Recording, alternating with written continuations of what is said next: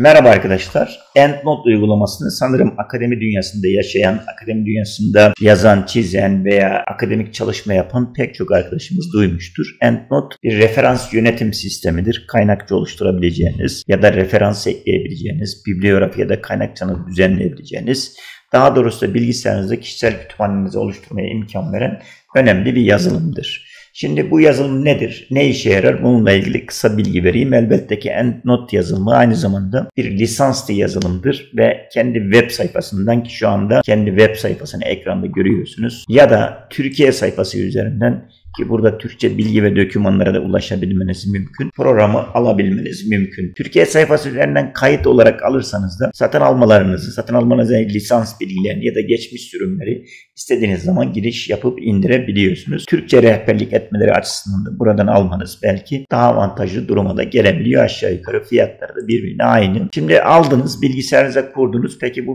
bu işlem ne işe yarar? Yani EndNote uygulaması ne işe yarar? Ne amaçla kullanılır? Şimdi bugünkü bu kısa videomuzda sizlere bunu anlatmaya çalışacağım. EndNote uygulaması dediğim gibi bir referans yönetim sistemidir ve profesyonel anlamda sizlere destek olan, yardımcı olan bir referans yönetim sistemidir. Bunun muadilleri de var tabii ki, benzer uygulamalar da var ki bunların dezavantajları ve avantajları söz konusu, ama şu anda ben sizlere bunun içinde EndNote uygulamasını anlatmaya çalışacağım. EndNote nedir, ne işe yarar, bununla ilgili bilgiler vereceğim. Tabii ki akademi dünyasında yaygın olarak yazılan tez, makale yazma ya da kitap yazma gibi çalışmalardır. Ya da bir rapor yazıyorsunuzdur, rapor hazırlıyorsunuz ki bunu yapmak için öğrenci olabilirsiniz, akademisyen olabilirsiniz ve herhangi bir dışarıdan bir araştırmacı da olabilirsiniz. Hangisini yaparsanız, hangi işle ilgilenirseniz ilgilenin, EndNote uygulaması bu konuda size yardımcı ve destek olacaktır. Diyelim ki sosyal bilimler alanında çalışıyorsunuz, tez ya da makale yazarken EndNote uygulaması ciddi anlamda hayatınızı kolaylaştıracağınızı söyleyebilirim. Çünkü EndNote referans ekleme, referansları tutma, kütüphane oluşturma ve daha sonra da ofis belgesi üzerinden metninizi, raporunuzu, tezinizi oluştururken dipnotlar ekleme, kaynakça ekleme noktasında, zaman tasarrufu noktasında ciddi zaman tasarrufuna yol açan, yanlış yapma riskinizi, hata yapma riskinizi sıfırlayan önemli uygulamalardan biridir. Çünkü alıntı yapmak, alıntıları eklemek, bunları daha sonra düzenlemek, hata yapıldığı zaman bunları düzeltip tekrar yüklemek gibi sıkıntılardan bir anda sizi kurtarıyor. Daha sonra hata yapsanız bunu çok kolayca birkaç dakikalık bir zaman içerisinde düzeltip kaynakçanızı düzenlemiş oluyorsunuz. Bu anlamda da her akademisyenin, her araştırmacının ya da her öğrencinin bunu kullanırken başvuracağı önemli uygulamalardan biri.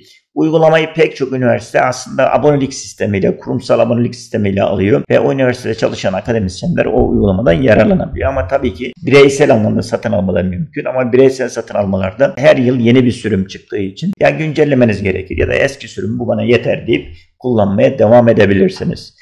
Şimdi EndNote nedir? Son yıllarda ortaya çıkan akademi üyesi tarafından sıklıkla kullanılan önemli bir referans sistemidir. Biraz önce de bunu ifade ettim zaten. Özellikle akademi dünyasında tez, makale, kitap yazan arkadaşlarımız bunu yazarken dipnot eklemek, dipnotları düzenlemek, dipnotları tasnif etmek, belli bir stile göre dipnot vermek, belli bir şablon kullanmak, daha sonra kaynakçayı buna göre şekillendirmeleri gerekir diye. Bu ise hem bir emek isteyen, hem zaman isteyen, hem de en çok hata yapılan alanlardan birisiydi. İşte EndNote uygulaması bu konuda size destek oluyor. Kendi kişisel kütüphanenizi, şahsi kütüphanenizi oluşturmanıza imkan veriyor.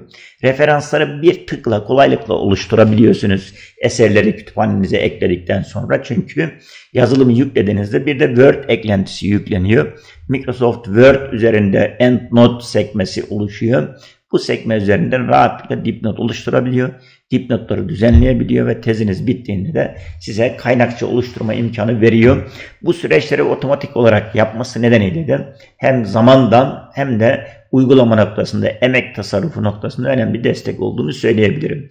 Dediğim gibi bu uygulamaya benzeyen başka uygulamalar da var. Benzer nitelikteki uygulamalardır. Bunlar arasında Mendeley, Zotero gibi uygulamaları sayabiliriz. Tabii ki bunların kendi açısından avantajlı ve dezavantajlı olduğu taraflar var. EndNote kullanıcısı olarak şunu söyleyebilirim ki son derece profesyonel, hatasız çalışan ve son derece güzel bir uygulamadır EndNote, ama ücretli bir uygulamadır. Lisans olarak programı satın almanız gerekir. Lisans olarak 1 ay kadar uygulamayı kullanabiliyorsunuz. Demo versiyonunu internet sayfasından indirip ücretsiz olarak deneyebilme imkanınız var. Elbette ki EndNote'un muadili olan, benzer olan başka uygulamalar da var. Bunlar arasında Mendeley, Zotero gibi uygulamaları sayabiliriz. Bunların her birinin kendine göre avantajlı olduğu, dezavantajlı olduğu durumlar var. Biraz önce de ifade ettiğim gibi Zotero ülkemizde en yaygın olarak kullanılan uygulama. Niye? Çünkü hem Türkçe arayüze sahip hem ücretsiz olarak dağıtılıyor. EndNote ise lisanslı bir uygulama. Evet, profesyonel seçenekler sunuyor. Size 2 yıl ücretsiz depolama alanı veriyor. Ama yazılımı ücretli olarak kullanmanız gerekir. Zotero'da da aslında referans ekleme, kütüphane oluşturma ve PDF'leri çevrim içi kullanmak istediğinizde oradan da alan satın almak zorundasınız. Depolama alanı satın aldığınızda da aşağı yukarı aynı fiyata geliyor. Ama başlangıçta eğer kendi kişisel bilgisayarın üzerinden kullanmayı düşünüyorsanız ve çevrim içi alanı kullanmayı düşünmüyorsanız Zotero bu anlamda pek çok kişiye tavsiye edebileceğimiz bir uygulamadır. Çünkü ne yapıyor? Zotero zaten ücretsiz yazılımı kendi kişisel bilgisayarınızda kütüphanenizi oluşturup kullanabilirsiniz. Ama çevrim içi alana geçtiğiniz andan itibaren size 300 MB'lik bir alan veriyor. Bu da son derece sınırlı alan. Birkaç PDF eklediğinizde rahatlıkla dolabilecek bir alan olduğunu söyleyebilirim. Ama bugünkü dersimizde tabii ki sizlere biz EndNote kullanımı ile ilgili, bunun avantajlarıyla ilgili bilgi veriyoruz. Onun için bu konuyu fazla detaylandırmadan geçiyorum. Şimdi EndNote nedir? Kuşkusuz ki tez ve makale yazımında yaygın olarak kullanılan bir uygulamadır. Çünkü aynı zamanda bir referans sistem uygulamasıdır. Ücretli ve lisanslı olarak satıldığını zaten söylemiştim. Tez çalışmasında referansları eklemek, kullanmak, kaynakça oluşturmak son derece kolaylaştırıcı seçenekler sunuyor bu program. Hayatınızı kolaylaştırıyor daha doğrusu. Hiç kaynakçayla vesaire uğraşmıyorsunuz. Bir defa kendi kişisel kütüphanenizi oluşturduğunuzda ömür boyu yapacağınız her çalışmada bu kaynakları kullanabilmeniz mümkün. Dipnotunuzu buradan verebilmeniz mümkün. Yeter ki bir defa eserin künye bilgilerini, çalışma bilgilerini rahat, kolay işleyebilin.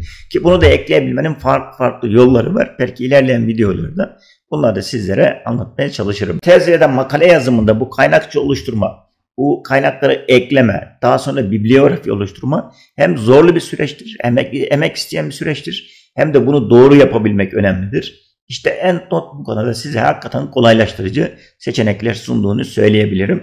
Referanslarını ekleyebilirsiniz, kütüphanenizi oluşturabilirsiniz. Artık bu da yetmez. Daha sonra referanslarınızı organize edebilir. Hata yaptıysanız düzenleyebilir. Bibliografyanızı ya da dipnotlarınızı farklı stillere göre şekillendirebilirsiniz. Yani farklı stil dosyalarını da burada uygulayıp kullanabilmeniz mümkün. Ne demek bu arkadaşlar? Çünkü bilim adamları, öğrenciler ve araştırmacıların kullandığı bir uygulama olduğunu zaten biliyoruz. Atıfları, bibliografileri farklı stillerde biçimlendirme, araştırma projelerinde bazen istenen, bazen de gerekli olan bir durumdur. Çünkü enstitünüz, diyelim ki tez hazırlıyorsanız bağlı bulunduğunuz enstitü size dipnotları belli bir stilde vermenizi isteyebilir. Bu APA stili olabilir, Chicago olabilir ya da farklı referans sistemleri de olabilir. Ya da makale hazırlıyorsanız makaleye göndereceğiniz dergi belli kendi özel bir şablonu vardır. Bu şablona göre düzenleyebilmenizi isteyebilir. Bu stil dosyasını kullanmanızı isteyebilir. İşte EndNote bütün bu tip seçeneklere de açık. İstediğiniz EndNote şablonuna göre uygulanmış stil dosyalarını uygulayabilir, yükleyebilir ve tezinizi, makalenizi o stilde şekillendirebilirsiniz. Bu anlamda esneklik sağlaması, profesyonel seçenekler sunması, daha sonra istediğiniz biçime, şekle sokulabilmesi noktasından da önemlidir. Aynı şekilde PDF kütüphanesi de oluşturabilirsiniz. EndNote'a eklediğiniz kitap künyelerine onların PDF'lerini ekleyerek tek yazılım üzerinden, tek bir şablon üzerinden hem kitapların metinlerini görebilmeniz hem de bunları atıf yapabilmeniz, eserlerinizde kullanabilmeniz mümkün ki bu da hakikaten önemli bir imkan, önemli bir kolaylıktır. Şimdi bir başka şey istekler ve stiller konusu var ki biraz önce buna kısmen temas ettim. Genel olarak APA, MELA, Chicago'nun full versiyonları gibi versiyonları kullanılıyor. Genelde sosyal bilimler alanında Chicago versiyonunun farklı stilleri kullanılabiliyor. Bu stillerin bir kısmı özelleştirilmiş versiyonları da oluyor. Eğer eseri APA sisteminde verecekseniz Chicago'nun klasik versiyonunu, APA versiyonunu kullanabilirsiniz. Ama Chicago'nun full netini kullanırsanız da dipnotlar sayfanın altında olacak şekilde konumlandırılır ve buna göre organize edebilirsiniz. İşte biz EndNote'a bu farklı stil dosyaların bir kısmı yerleşik olarak yüklüdür. Bir kısmını da indirip yükleyerek biz tezimizi, makalemizi istediğimiz şekilde biçimlendirebilir. İstediğimiz dipnot ve referans stilini kullanarak tezimizde kullanabiliriz. Bu anlamda isterseniz tezin başında isterseniz de sonunda tezinizi istediğiniz noktada istediğiniz gibi şekillendirmeye imkan vermesi açısından da önemli bir kolaylık sağladığını söyleyebiliriz. Elbette ki bu sadece EndNote'a ait bir özellik değil, diğer referans sistemlerinde aynı özellikleri kullanabilmeniz mümkün. Şimdi referans yönetimi dediğimiz şey işte aslında budur.